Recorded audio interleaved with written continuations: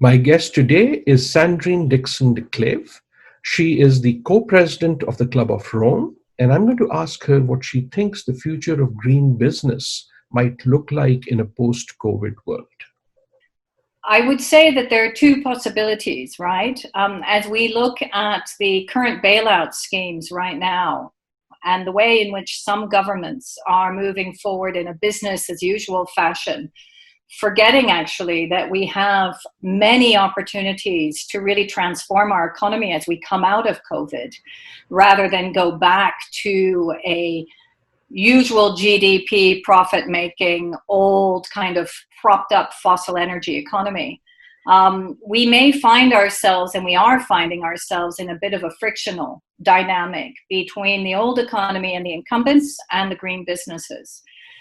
I'm hopeful, if you look at the European Union and the way in which the European Recovery and Reform Program is very much looking at ensuring that we don't bail out the old economies and the old industries, but instead invest in green business, in particular transformative renewables, in particular circular economy models, then I think we can move. But there is, for the moment, huge backlash.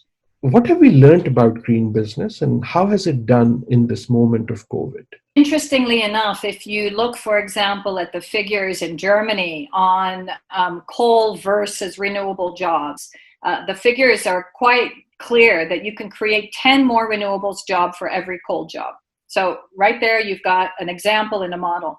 You can do the same in terms of regenerative agriculture versus traditional agricultural practices, because of course, we're going back to bringing people back to the land, getting more people involved in agriculture rather than just the automatization of agriculture. On the other hand, what we can say now is that we know that renewables are cost comparative to fossil energy.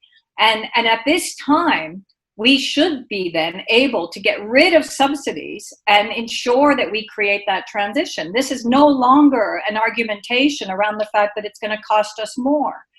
With regard to true resilience, we have seen that both small and medium-sized enterprises and those companies that are much larger, multinational companies that already started to embed the SDGs or also shift and diversify away from stranded assets are doing much better post-COVID than those that have not. What do you think policies should look like if the goal is to change towards more green business? Let's be very clear that change is difficult, right? And in particular, when we're looking at economic hardship, I think all of us who want to shift and transition to a green economy understand that we need to bring people on the journey. So that means we need to ensure that we create more jobs in the green economy, or at least transfer jobs from the brown economy to the green economy by creating and helping actually those industries that are really going to transform. That's one way. The other, of course, is to ensure that we start to shift taxation from labor into products and production, that we start to cost externalities, that we start to take out those subsidies that are propping up the old economy and the old economic activities. So fossil energy subsidies or conventional agriculture subsidies.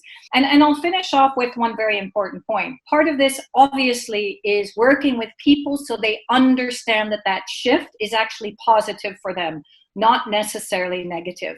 So you can't go into a coal community and say, we're going to shut you all down and not expect them to protest. So we need to think both of the economics of this, the job opportunities, the tax and the economic mechanisms, the carbon pricing alongside the right taxation, the reversal of subsidies for the wrong things and put them on the right things, and then also how we actually communicate with people so that we can bring them on the journey. If you were asked for advice in terms of green business by world leaders, what would you say to them?